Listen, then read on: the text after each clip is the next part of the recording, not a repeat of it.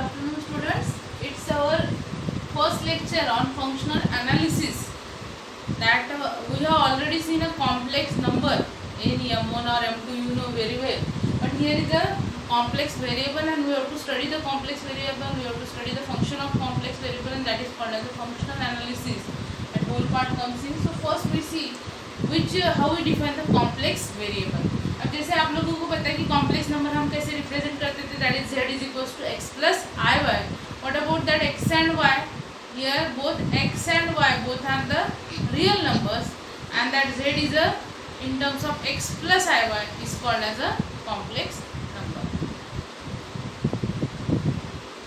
So here we define a function of complex variable. If x and y are real variables, then z is equals to x plus iy is called as a complex variable. So in this way we define that complex variable z. अगर x और y both यहाँ पे real variable रहे, and how we define that complex variable? Z is equals to x plus iy is called a complex variable. और for each value of complex variable z is equals to x plus iy, there exists another complex variable w, that we define here w as a w is equals to u plus iv, or for its value that w it's depend on that complex variable z is equals to x plus iy. So how we define that w? Here that u and v are both have the functions of x and y here, and that u and v are called as a real and imaginary part of that w, and that w is depend on that z for its value, and that's why w is called as a function of z. Here u and v are real and imaginary part of w, and both are the functions of x and y. अब हम उस w को कैसे define कर सकते हैं? So we can write that w as a w is equals to function of z, that is in the form of u plus rv, because that w is depend on that z for its value. जैसे जैसे z की value change होंगी वैसे वैसे w की value वहाँ पे change होने वाली है, and that's why w is called as a function of z. Next we see the continuity of function of complex variable. Suppose f of z is a function of complex variable, and we said to be continuous at a particular point z is equals to z0. If we take a limit z tends to z0 f of z, and that is equals to f of z0, then we say that f of z is continuous at a point z is equals to z0. Next is the analytic function. Now which function is called as analytic function? That is a new word for you. That if function f of z is differentiable at a point z is equals to z0, अगर particular function f of z that is a function of complex variable is differentiable at a point z is equals to z0, then that is called as an analytic function. अब ऐसा समझ लो कि differential function, the function which is differentiable, that has another name, that is analytic function. Next is a Cauchy-Riemann condition. The necessary condition for a function f of z equals to u plus iv is said to be analytic at all the points in a region R. If अगर कोई function f of z हमने define किया है, f of z is equals to u plus iv, where u and v both are the functions of x and y, and z is equals to x plus iy, and then we say that f of z is an analytic function. अगर f of z analytic function है, analytic means अभी हमने उसकी definition लिखी है, अगर f of z is a differentiable at a given region R, then there exists some condition, that is there is a relation between the partial derivatives of that u and v. What is that relation? That is del u by del x is equals to del v by del y, and del u by del y is equals to minus del v by del x. That is called as a Cauchy-Riemann condition. इसको Cauchy-Riemann condition कहा जाता है कि अगर f of z ऐसे define किया है, f of z is equals to u plus iv, and that is our analytic function, and both u and v are functions of x and y, then there exists a relation between their partial derivatives of u and v, that is del u by del x is equals to del v by del y, and del u by del y is equals to minus del v by del x, और इसको कहा जाता है CR condition, that is Cauchy-Riemann condition. मतलब अगर f of z analytic function है, so obviously it satisfies the CR condition. अब अगर f of z हमें डिफाइन किया है in terms of u plus iv, but यहाँ पे u and v are both are the in terms of polar form, that is r and theta. अगर r और theta के फॉर्म में u v रहा, so how is our CR condition? So that is equals to del u by del r is equals to 1 by r del v by del theta, and del v by del r is equals to minus 1 by r del u by del theta. तो ये तो CR conditions हो गई हमारी when it is in the form of polar. अब आगे हम देखेंगे problems. Now students, we see one problem on that analytic function using a CR condition. Prove that f of z is equals to z cube is analytic in the entire z plane. यहाँ पे हमें CR condition का use करके prove करना है कि f of z is equals to z cube is the analytic function. So first we write that function f of z. F of z is a z cube. So I write that z in the terms of x plus iy whole cube. That means it is in the form of a plus b. a plus b whole cube हमें पता है, that is a cube plus 3 a square b plus 3 a b square plus b cube, and same that we have written here. So that is that expansion x plus iy cube is x cube plus 3x square into iy plus 3x iy whole square plus iy cube. So x cube as it is, 3x square iy term as it is, but here is iy square. और हमें पता है कि iy square that is I square y square, और I square की value लेते हैं minus, so it become minus y square. So I have written is a minus 3x as it is, and that is a y square minus. अब यहाँ पे क्यों minus आया है? यहाँ पे है iy whole cube, that is I cube y cube, and I cube is nothing but I square into I into y cube. I square is a minus, and that I as it is, so minus I y cube. So here is a minus I y cube. I have written the for the value of I y cube. So that is the term, and now we separate the real term and imaginary term. अब हमें पता है कि real term किसे कहते हैं और imaginary जो without I term रहेंगी that is a real, और with I that is a imaginary. So with I की जो term है that is a x cube minus 3x y square, and here is a plus, we take here I common from the both term, and that gives a 3x square y minus y cube. Okay, so now it is in the form of u plus I v. ये u की value है without I, और ये है v की value, and that is your f of z. अब हमें f of z यहाँ पे क्या दिखाना है? एनालिटिक दिखाना है, और वो by using a CR condition. अब हम सबसे पहले तो इसके डेरिवेटिव निकालेंगे. Here u is equals to x cube minus of 3x y square, and v is equals to 3x square y minus y cube. अब सबसे पहले लेते हैं u का डेरिवेटिव. तो u का डेरिवेटिव क्या होगा यहाँ पे? del u by del x, that means derivative of u with respect to x, partial derivative of u with respect to x. अब जब with respect to x लेते हैं तो हमें पता है कि y कांस्टेंट रहता है. del u by del x क्या होगा यहाँ पे? that is a 3x square minus यहाँ पे x का डेरिवेटिव 1 होगा, और सिंपली 1 होने की वजह से यहाँ पे माइनस 3y स्क्वायर होगा.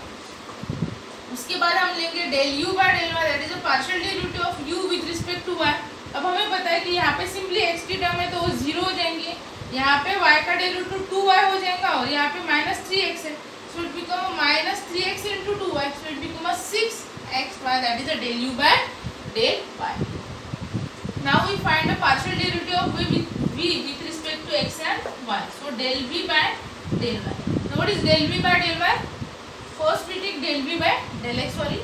So what is del v by del x? Derivative of x here is a 2x. 2 into 3 it become a 6. So 6xy with respect to x है तो ये y cube की टर्म 0 हो जाएंगी. तो यहाँ पे क्या आएगा? 6xy. इसके बाद del v by del y. अब del v by del y partial derivative of v with respect to y. तो y का डेरिवेटिव यहाँ पे 1 होगा, और यहाँ पे होगा 3y स्क्वायर. तो यहाँ पे क्या होगा? 3x स्क्वायर, y का डेरिवेटिव 1, यहाँ पे 3y स्क्वायर, सो 3y माइनस 3y स्क्वायर. सो 3x square minus 3y square, ये हो गए सब पार्शियल डेरिवेटिव्स. अब हमें पता है कि बाय द CR कंडीशन, ये प्रॉब्लम तो मैंने आपके लिए लिखा है, that is for homework, same problem है इसकी तरह. तो यहाँ पे हम लिखते हैं बाय द CR कंडीशन. हमारे पास क्या रिलेशन रहता है by the CR condition? That is del u by del x is equals to del v by del y, and del u by del y is equals to minus del v by del अब देखते हैं हम ये condition यहाँ पे satisfy होती है या नहीं होती है।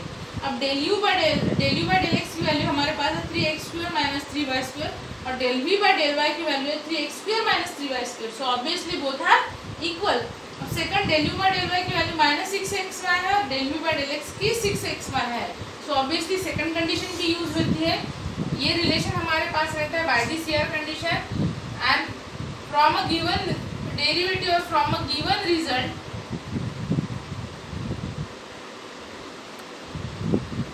वी हैव, ये कंडीशन हमारे पास है। So del u by del x हम लिख सकते हैं क्योंकि del u by del x की वैल्यू और del v by del y की वैल्यू सेम है।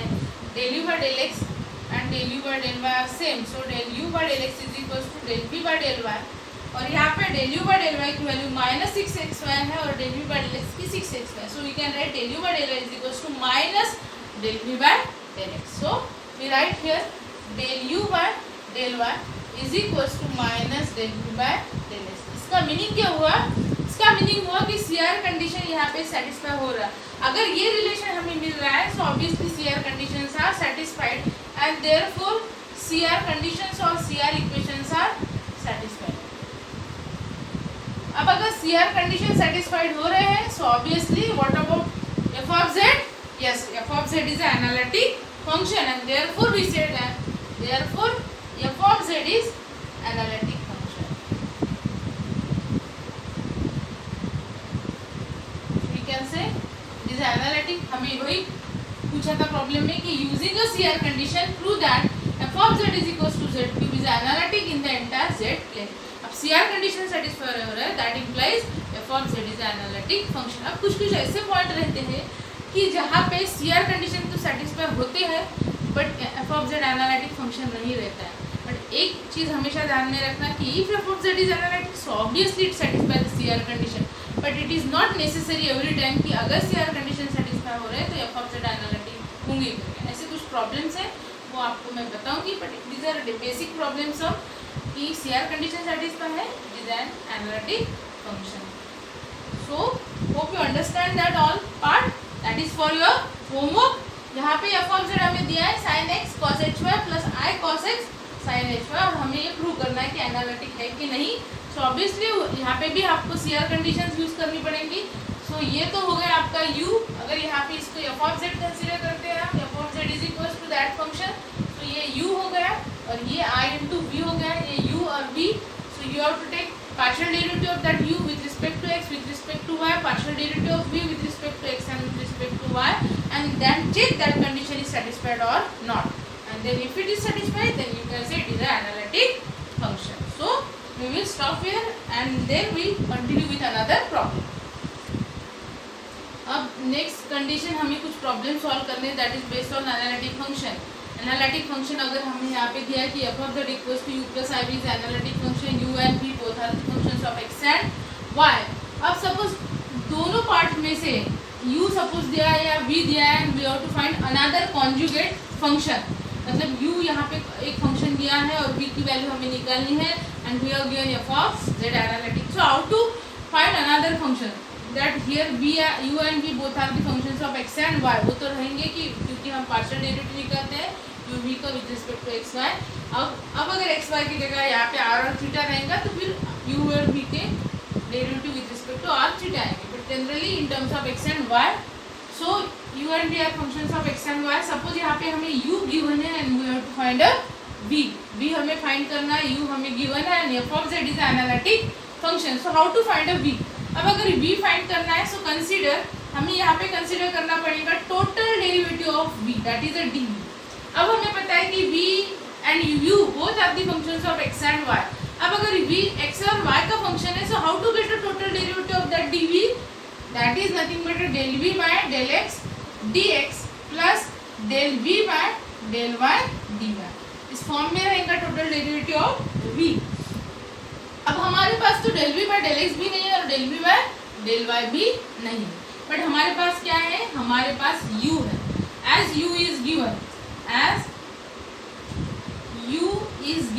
अब अगर u हमें गिवन है so obviously we can differentiate that u partially with respect to x and with respect to y। अब अगर पार्शियली उसको with respect to x y differentiate करेंगे, so obviously we get the del u by del x and del u by del y as u is given, so that implies we get a del u by del x and del u by del y. अब ये दोनों भी value हमें मिलेगी और यहाँ पे हमें क्या दिया है कि f of z is a analytic function.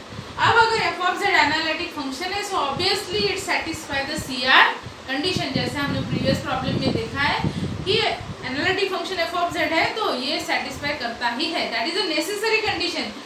So as f of z is analytic function,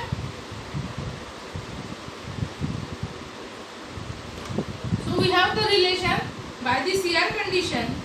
क्या रहती है बाय द CR कंडीशन? हमारे पास रिलेशन क्या रहता है पार्शियल डेरिवेटिव्स का with respect to x and y. What is that relation? That is del u by del x is equal to रहता है del v by del y, और del u by del y is equal to minus del v by del x. अब हम क्या करेंगे यहाँ पे, suppose that is your equation number 1, तो इक्वेशन 1 में तो हमारे पास del v by del x भी नहीं है और del v by del y भी नहीं है, बट हमें तो वी निकालना है। तो हम क्या करेंगे, del v by del x को रिप्लेस करेंगे minus del u by del y से, और del v by del y को रिप्लेस करेंगे del u by del x से, और वो वैल्यू हम कैलकुलेट कर सकते हैं as we have given the u, and therefore यहाँ पे हम लिखते हैं कि यूज इन इक्वेशन 1। हम इक्वेशन 1 में क्या करेंगे, इसको यूज करेंगे। सो यहाँ पे क्या हो जाएगा, फिर चेंजेस क्या होंगे इक्वेशन 1 में, that use dv is equals to del u by del x is minus del u by del y dx plus del v by del y is equal to, यहाँ पे रिप्लेस होगा del u by del x और into d. अब अगर देखा जाए तो ये क्या होंगे, del u by del y और del u by del x क्या होंगे, that is nothing but a function of x and y. So हम इसको कैसे सिंप्लीफाइड फॉर्म में लिख सकते हैं कि suppose that is del minus del u by del y is nothing but a m, यहाँ पे इसको यम कंसीडर करेंगे, यम डी एक्स लिख सकते हैं इसको, और del u by del x suppose हम इसको एन कंसीडर करेंगे, और both of are functions of x and y, x और वाई के फॉर्म में रहेगा डी एक्स, प्लस सेकंड हम अगर एन कंसीडर करेंगे तो ये भी एक्स और वाई के फॉर्म में रहेगा डी वाई। मतलब हमने क्या कंसीडर किया, minus del u by del y को कंसीडर किया कैपिटल एम, और del u by del x को कंसीडर किया capital N, and therefore our dv should be in the form of m of xy dx plus n of xy dy। अब थोड़ा अगर इस equation को ध्यान से देखेंगे तो कुछ आपके ध्यान में आएगा कि जब हमने डिफरेंशियल इक्वेशन देखा था first order and first degree का, तो एक टाइप थी उसमें that is nothing but exact differential equation. अब अगर थोड़ा ध्यान से देखेंगे तो आप लोगों को पता चल जाएगा it is in the form of m dx plus n dy, and that is nothing but exact differential equation. ये एग्जैक्ट के फॉर्म में रहता ही है अगर यहाँ पे एफ ऑफ जेड एनालिटिक है। So obviously it satisfy the exactness, condition of exactness such that, क्या रहती है condition of exactness, that is del M by del y is equals to del N by del x. ये condition ये satisfy करता है इस case में अगर यहाँ पे एफ ऑफ जेड एनालिटिक है। अब d v is in this form, so how to find the v, हमें पता है कि अब अगर हम इंटीग्रेशन करेंगे तो क्या होगा, हमें यहाँ पे v की वैल्यू मिलेगी, यहाँ पे लिख लेती हूँ which is a exact differential equation such that is satisfy the condition of exactness, that is del M by del y is equal to del N by del x. So solution क्या रहता है फिर उसका, therefore solution is यहाँ पे integral of dv is equal to integral of m dx plus integral of यहाँ पे होगा n y d y plus integration constant c. अब आप बोलेंगे what about madam that n y अगर थोड़ा ध्यान देंगे तो आपको पता चल जाएगा कि एन वाई क्या रहता है। N y is a terms of N, is a terms of N not containing x, not containing x, उसमें एक्स नहीं रहना चाहिए, सिंपली उसमें क्या रहना चाहिए, वाई रहना चाहिए। अगर उसमें सिंपली वाई है so we can take that term here, पर अगर वहाँ पे मिक्स टर्म है एक्स और वाई की तो ये टर्म एन वाई की क्या हो जाएंगी, yes it become a zero हो जाएंगे, and then by taking that integration we get the value of v, so that use v is equals to integral of m dx plus integral of n y dy plus integration constant, and in this way we calculate the another conjugate function v we are given the u and vice versa, हमें अगर v दिया रहता है तो हम u निकाल सकते हैं by using that same process. So hope you understand that. एक बार अच्छे से इसको ध्यान से देखो. Now student, there is two problems. So that is above is for your homework, and that is I will told you how to solve that. Here is a W is equals to 5 plus I psi, represent the complex potential, and here we have given a psi, that is x square minus y square plus x upon x square plus y square, and we have to find a phi.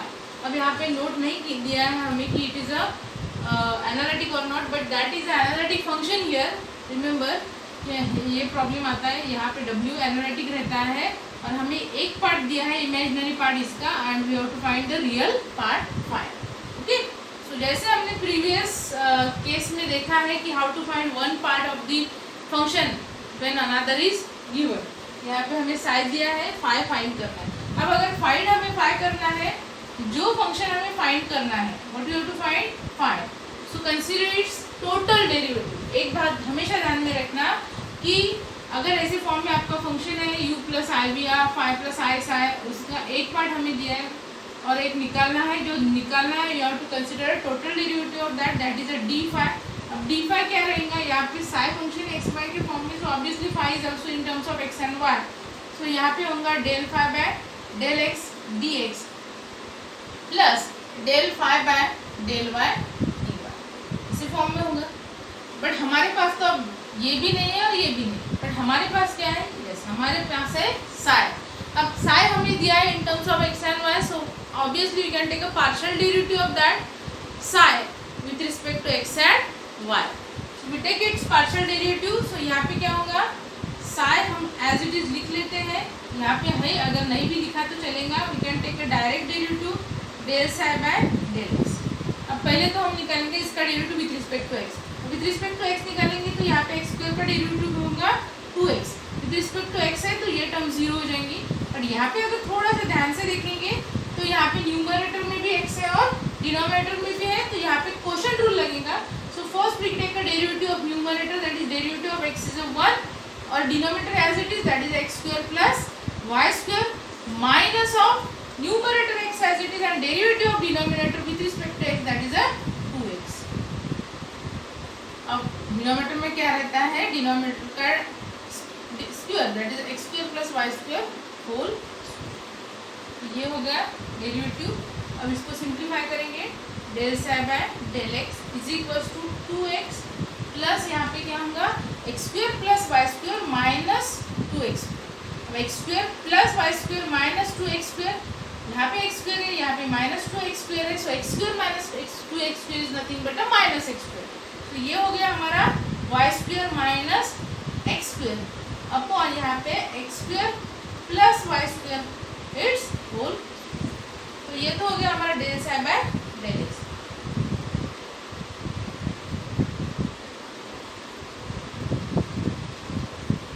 अब second निकालेंगे हम del psi by del y. अब del psi by del y निकालेंगे, मतलब partial derivative of that term with respect to y. तो पहली term तो ये जीरो हो जाएंगी क्योंकि यहाँ पे एक्स स्क्वायर है. यहाँ पे वाई स्क्वायर का derivative with respect to y होगा माइनस 2y. तो यहाँ पे हम लिखेंगे माइनस 2y प्लस यहाँ पे x भी कांस्टेंट रहेगा, पर डिनोमिनेटर में वाई स्क्वायर की टर्म है तो it is in the form of, ये कौन सी फॉर्म में आ जाएगा, 1/x की फॉर्म में. हमें पता है कि 1/x का डेरिवेटिव माइनस 1/x स्क्वायर रहता है. तो यहाँ पे क्या होगा, यहाँ पे होगा माइनस 1 स्क्वायर आता है. तो यहाँ पे x square plus y square and its whole square. But यहाँ पे सिंपली y नहीं है, वाई स्क्वायर है, तो रिपीट डेरिवेटिव वाई स्क्वायर का लेना पड़ेगा, दैट इज अ 2y. तो ऐसे फॉर्म में होगा ये. उस साइड हम इसको और सिंप्लीफिकेशन फॉर्म में लिखते हैं, that is a d psi by d y is equal to minus 2y. यहाँ पे ये x और ये यहाँ पे होगा माइनस, यहाँ पे प्लस x और यहाँ पे होगा minus 2y upon x square plus y square whole square. ठीक है, एक बार अच्छे से इसको देख लो ध्यान से.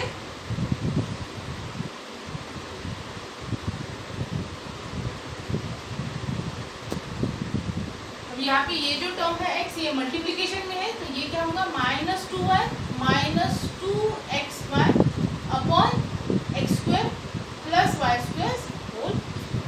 इस तरह से हमें दोनों भी टर्म मिल गई है यहाँ पे। देख लो इसे अच्छी तरह से। आगे आ जाते हैं हम। अब हम क्या करेंगे, हमें पता है कि बाय दी CR कंडीशंस क्या रहती है CR कंडीशन। अब यहाँ पे सिंपली u और v की जगह क्या है, फाई और साई है। तो यहाँ पे क्या होगा, del phi by del x is equals to del psi by del y and del phi by del y is equals to minus del psi by del. अब ये कंडीशन हमारे पास रहती है बिकॉज यहाँ पे w जो है वो एनालिटिक फंक्शन है। अब ये तो कंडीशन है हमारे पास वैल्यू किसकी है, हमारे पास है del psi by del y and del psi by del x. तो हम क्या करेंगे, ये रिलेशन हमारे पास है, we use that value in that equation. Suppose we give it equation number 1 and therefore use in equation 1। अब इक्वेशन 1 में क्या चेंजेस होंगे, यहाँ पे देखो, d phi is equals to del psi by del x, del phi by del x is replace by del psi by del y. यहाँ पे है dx, तो यहाँ पे dx लिखेंगे, देन प्लस अब del phi by del y किससे रिप्लेस होगा, माइनस, तो यहाँ पे minus del psi by del x और यहाँ पे इंटू क्या है dy। प्रॉब्लम यहाँ पे खत्म नहीं हो रहा, हमें इसकी वैल्यू भी लिखते हैं। अब हमारे पास del psi by del x भी है और हमारे पास del psi by del y भी है। सो हम दोनों भी वैल्यू यहाँ पे पुट करेंगे। So d phi is equal to यहाँ पे क्या होगा, del psi by del y की वैल्यू क्या है हमारे पास, ये है हमारी वैल्यू। तो यहाँ पे हम लिखेंगे जैसे minus 2y minus 2xy upon x square plus y square whole square, इसको हम ब्रैकेट कर देंगे, इंटू dx है और प्लस सेकंड वैल्यू जो है हमारी minus del psi by del x. अब यहाँ पे साइन माइनस है तो यहाँ पे क्या होगा, ये माइनस हो जाएंगे और ये भी टर्म माइनस हो जाएंगे। तो इसको हम ब्रैकेट में रखते हैं। सो माइनस होने की वजह से ये होगा हमारा माइनस 2x और ये भी हो जाएगा minus of y square minus x square upon यहाँ पे x square plus y square whole square into d y. इसको हम ब्रैकेट कर देते हैं तो ऐसे फॉर्म में आएंगे क्योंकि यहाँ पे साइन लगेंगी हमारी माइनस, तो ये माइनस और ये भी minus. So hope you understand that part. अब अगर इसको ध्यान से देखेंगे तो ये कौन से फॉर्म में है, ये टर्म अब हमारी m के फॉर्म में और ये टर्म हमारी n के फॉर्म। मतलब यहाँ पे हम एक्सप्रेस करेंगे डी फाई को m dx plus n dy के फॉर्म। m हो गया हमारा, m क्या हो गया हमारा, व्हाट अबाउट दैट m, देखिए तो इस साइड में यहाँ पे आपको लिख देती हूँ।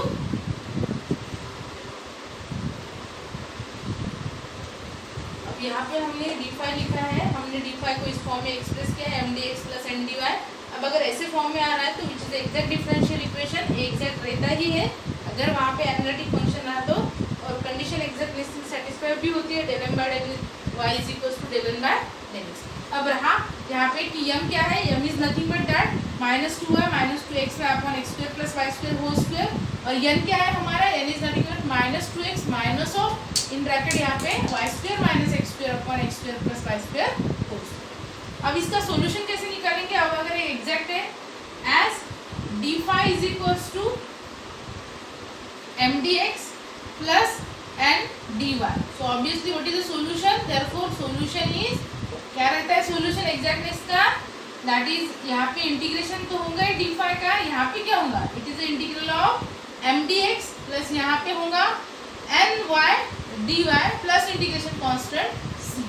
अब एन वाई का मीनिंग मैंने बताया था आपको प्रीवियस स्टेप में कि एन वाई क्या रहता है, हाँ पता है आप लोगों को एन वाई क्या रहता है, N y not terms not containing, क्या कंटेन नहीं करता है x, not containing x, n की टर्म जहाँ पे सिंपली y है और x की टर्म नहीं है। तो इंटीग्रल ऑफ डी फाई तो हमें पता है फाई होगा, phi is equal to integral of m लिखेंगे, m is nothing but that minus 2y minus 2xy upon यहाँ पे होगा x square plus y square whole square, इसको हम ब्रैकेट कर देंगे with respect to dx plus. अब ny अगर देखेंगे तो ny means the terms of n not containing x अब अगर पहली टर्म देखें तो इसमें x है, सेकंड टर्म देखें तो डिनोमिनेटर में x है, मतलब अगर डिनोमिनेटर सेपरेट करेंगे तो यहाँ पे भी x आएगा और सेकंड टर्म में भी x आएगा, मतलब यहाँ पे ऐसी कोई टर्म नहीं है जो विदाउट x है। अब अगर ऐसी पॉसिबिलिटी है मतलब ये ny की टर्म 0 होगी, 0 into d y plus integration constant c। तो अब हम इसका इंटीग्रेशन निकालना है। So phi is equal to क्या होगा, यहाँ पे -2 है, अब विद रिस्पेक्ट टू x कर रहे हैं तो ऑब्वियसली ये कांस्टेंट है, सो -2y तो एज इट इज रहेगा, बट -2y इंटू dx, तो ये हो जाएगा dx का इंटीग्रेशन x। अब यहाँ पे अगर थोड़ा ध्यान देंगे तो यहाँ पे y को हम साइड में रखते हैं, यहाँ पे साइड में रखेंगे, तो ये अगर टर्म आपने ऑब्जर्व की लगे तो एक स्टेप ज़्यादा कर लेते हैं हम, यहाँ पे आपको भी अच्छे से समझ में आ जाएगा। दैट इज -2y, यहाँ पे ये dx हो गया, यहाँ पे माइनस, यहाँ पे हम y को बाहर निकाल लेंगे, तो यहाँ पे क्या रहेगा 2x अपॉन यहाँ पे होगा x square plus y square whole square into, या ये टर्म हम न्यूमरेटर में भी लिख सकते हैं। So it can be written as, यहाँ पे ये 2x एज इट इज रखेंगे, यहाँ पे ये न्यूमरेटर में चली गए तो x square plus y square raise to the power -2 into, ऐसे फॉर्म में हम लिख सकते हैं।